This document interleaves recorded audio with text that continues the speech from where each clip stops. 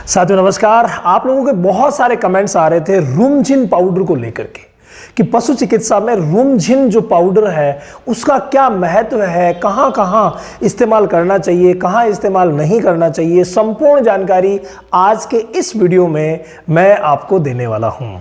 देखिए फ्रेंड, रूमझिन अगर हम पाउडर को देखें तो रूमझिन पाउडर जो कि 10% में आता है, जिसकी बात हम आगे करेंगे। और ये है क्या? ये है ग्लाइसिन चिलेटेड जिंक, यानी जिंक को ग्लाइसिन चिलेटेड करके और वेटनरी में दिया जा रहा है गाय भैंस के लिए। सभी पशुओं में वैसे भी ये यूज होता है, लेकिन यहां पर एक वर्ड आप देखिए, वो है जिंक। इसका मतलब रूमझिन जो पाउडर है, रूमझिन, इसकी स्पेलिंग को देखना, इसकी स्पेलिंग से रिलेटेड और भी कई, जैसे रूमीजाइम हो गया या कई तरीके के और भी पाउडर आते हैं, तो आप स्पेलिंग देख करके, और रूमझिन का मतलब जिंक का पाउडर। और जिंक आपको पता है कि शरीर में क्या क्या वर्क करता है।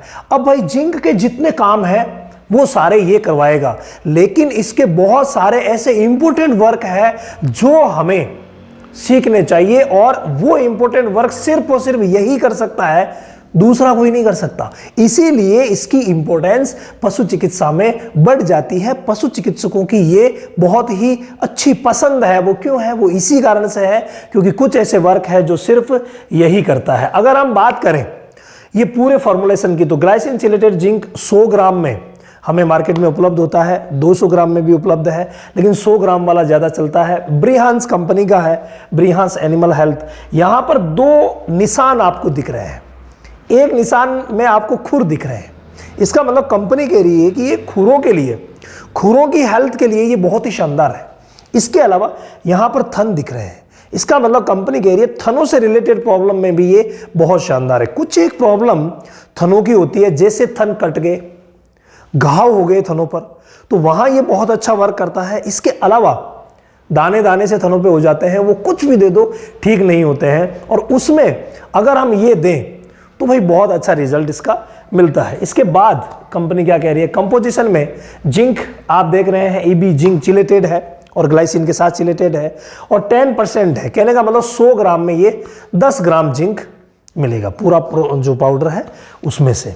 तो ये आ गया। इसके बाद अगर हम अगली बात करें जो यहाँ दिखाई गई है उसके हिसाब से, तो वो बात है डायरेक्शन फॉर यूजेस। देखिए इस्तेमाल कैसे करना रहता है। जहां पर हमें इसका इस्तेमाल जो है वो जनरल हेल्थ के लिए कर रहे हैं, यानी आपके वहां पर जो भूवैज्ञानिक हैं या फिर जो एग्रीकल्चर वाले हैं वो बताते हैं कि इस फील्ड में जिंक की कमी है, ऑलरेडी कमी है। तो इसका मतलब अगर जमीन में ही जिंक की कमी है तो वहां पर क्या किया जाता है, इस जिंक के पाउडर को एक निश्चित रेशियो में अनाज में ही, फीड में ही मिला दिया जाता है जब भी हम फीड बनाते हैं। और विशेष तौर से अगर इस लाइन को आप देखें यहां से, तो ये डेयरी काउज के लिए है, जो हमारे लिए इंपॉर्टेंट है। डेयरी काउज के लिए 2.2 ग्राम 5 kg फीड के अंदर आपको मिलाना रहेगा। ये रेशियो कंपनी ने दिया है। कब? जब जमीन में ही कमी है। लेकिन हम इसका इस्तेमाल पशु चिकित्सा में कैसे किया करते हैं, कैसे पशु चिकित्सक इस्तेमाल करते हैं, चलिए उसकी भी हम बात कर लेते हैं। तो इतने सारी बातें यहां से निकल करके आई है। अब हम करते हैं चिकित्सा में बात। तो देखिए मेनली इसका जो वर्क है वो रहता है भाई थनों के घाव भराने में। थन पर घाव हो जाते हैं जो बहुत सारी दवाएं लगाने के बावजूद भी ठीक नहीं होते, तो उसके लिए इसका इस्तेमाल बहुत ही ज़्यादा ज़रूरी हो जाता है। नंबर 1 बात। नंबर 2, कई बार ऐसी स्किन डिजीजेज हो जाती है जो कि कुछ भी लगा दिया, स्किन का पूरा फॉर्मुलेशन, पूरा कोम्बो लगा दिया, हालांकि कोम्बो में तो ये शामिल है, लेकिन पूरी दवाएं लगा दी, उसके बावजूद ठीक नहीं हो रहा है, तो भाई वहां पर आप ग्लाइसिन चिलेटेड जिंक का इस्तेमाल करते हैं तो अच्छा रिजल्ट इसका मिलता है। इसके अलावा अलग से अगर देखें तो खुरों पर घाव हो जाते हैं। किस बीमारी में होते हैं? एफएमडी में।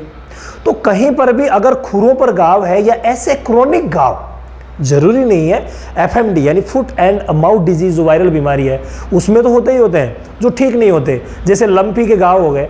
लंपी के घाव कुछ भी दे तो ठीक नहीं होते हैं, वहां पर भी ये बहुत ही शानदार कारगर है। इसका मतलब जहां पर भी क्रॉनिक वाउंड है, मतलब ऐसा घाव जो ठीक नहीं हो रहा है, काफी समय से चल रहा है और बहुत सारी दवाएं लग चुकी है, ठीक नहीं हो रहा है, तो वहां पर भाई इसका इस्तेमाल वाकई शानदार रहता है। इसके अलावा बात अगर हम करें जिंक की, तो ऑल ओवर ग्रोथ में जिंक का बहुत बड़ा रोल होता है। अगर जिंक के पाउडर को दिया जाए, कई पशु ऐसे होते हैं जो बार बार बीमार होते रहते हैं, कमजोर होते रहते हैं, सब कुछ खिलाया पिलाया फिर भी कमजोर, डिवॉर्मिंग करवाई, लिवर टॉनिक दिया, कैल्शियम मल्टीविटामिन सब दिया, लेकिन फिर भी कमजोर। क्यों? क्योंकि उन मल्टीविटामिन में जिंक नहीं है, और जिंक की अगर कमी है तो यही दूर करेगा, दूसरा करेगा ही नहीं। यानी कि सब कुछ दिया जा रहा है फिर भी पशु कमजोर हो रहा है, तो वहां पर रूमजिन पाउडर को फीड में मिला करके और दिया जाता है और बेटर रिजल्ट इसका मिलता है। इसके अलावा धीरे धीरे करके चमड़ी जो है वो सूखने सी लग जाती है, जैसे डगनेला हुआ। डगनेला तो चलिए एक बीमारी है, लेकिन कई बीमारियां ऐसी होती है जैसे एनीमिया हुआ, और एनीमिया में स्किन जो है वो एकदम से डल हो गई, यानी शरीर में चमक बिल्कुल भी नहीं है। तो ऐसी कंडीशन में भी इसका इस्तेमाल किया जा सकता है। बात मैंने की बार बार बीमार होने की, तो अगर कोई पशु बार बार बीमार हो रहा है, इसका मतलब उसकी इम्यूनिटी डाउन है। तो इम्यूनिटी बढ़ाने के लिए कहीं ना कहीं रोल जो है वो जिंक का बहुत बड़ा होता है। ये आपको पता है, ये मैक्रो मिनरल नहीं है। दो प्रकार के मिनरल्स यूज किए जाते हैं वेटनरी में। एक होता है मैक्रो मिनरल्स, मैक्रो मतलब जिनकी ज्यादा जरूरत होती है, जैसे कैल्शियम हो गया, फास्फोरस हो गया, इनकी जरूरत ज्यादा होती है। लेकिन एक होते हैं जिनको हम बोलते हैं माइक्रो मिनरल्स। माइक्रो मतलब जिनकी बहुत ही कम मात्रा में जरूरत होती है, लेकिन भाई जरूरी बहुत ज्यादा होते हैं, तो वही माइक्रो मिनरल्स में गिनती होती है जिंक की। तो देखिए छोटी सी चीज है, लेकिन भाई इंपॉर्टेंट बहुत है। तो इसकी इंपॉर्टेंस को देखते हुए आपको पूरा ध्यान रखना है कि कहां कहां इसका इस्तेमाल करना है। तो पशु चिकित्सा में इस तरीके से आप इस्तेमाल कर सकते हैं। इसके अलावा कई बार हम देखते हैं कि ओ फीड में चला गया है पशु, मतलब खाना पीना बिल्कुल बंद कर दिया है और बहुत सारी दवाएं लगी, लेकिन ठीक नहीं हो रहा है। और ठीक होता है, जैसे हम डाइजेस्टिव टॉनिक देते हैं, एक दो दिन के लिए, थोड़े दिन के लिए ठीक होता है और फिर से डाउन।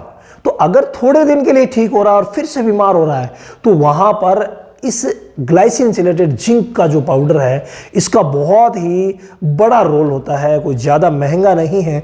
अगर हम बीमारी के तौर पर डोज की बात करें, तो देखिए डोज हमेशा निर्धारित होती है कमी कितनी है उसके ऊपर, लेकिन घाव में हम यूज़ कर रहे हैं या फिर पुराना घाव है उसमें हम यूज़ कर रहे हैं, स्किन डिजीज़ में यूज़ कर रहे हैं, थनों के घाव में यूज़ कर रहे हैं, तो ऐसी कंडीशन में अगर हम यूज़ कर रहे हैं तो हमें इसको देना चाहिए 20 ग्राम पर डे। जो बड़ी 4 क्विंटल के आसपास की जो गाय भैंसें हैं उनमें 20 ग्राम पर डे दिया जाता है, और कम से कम 10 दिन, यानी 200 ग्राम तो देना ही रहेगा। 10 दिन अगर दें तो एज ए ट्रीटमेंट ये बहुत ही अच्छा वर्क करता है। मतलब कि ट्रीटमेंट के रूप में अगर देना चाह रहे हैं तो 20 ग्राम पर डे दे सकते हैं। अगर हमें लगता है कि ज़्यादा तकलीफ नहीं है तो भाई 10 ग्राम भी दे सकते हैं, क्योंकि मिनरल्स के जितने भी पाउडर आते हैं उनकी डोज डिपेंड करती है कि कमी कितनी है। तो भाई रूमजिन का इस्तेमाल आप इस तरीके से कर सकते हैं। प्रेगनेंसी में इसकी कोई टेंशन नहीं है, हर सूरत में दिया जा सकता है, हर तापमान पर दिया जा सकता है, हर बीमारी के साथ दिया जा सकता है। ऐसा नहीं है कि कोई बीमारी ऐसी होगी उसके साथ दें या ना दें, हर बीमारी के साथ दिया जा सकता है।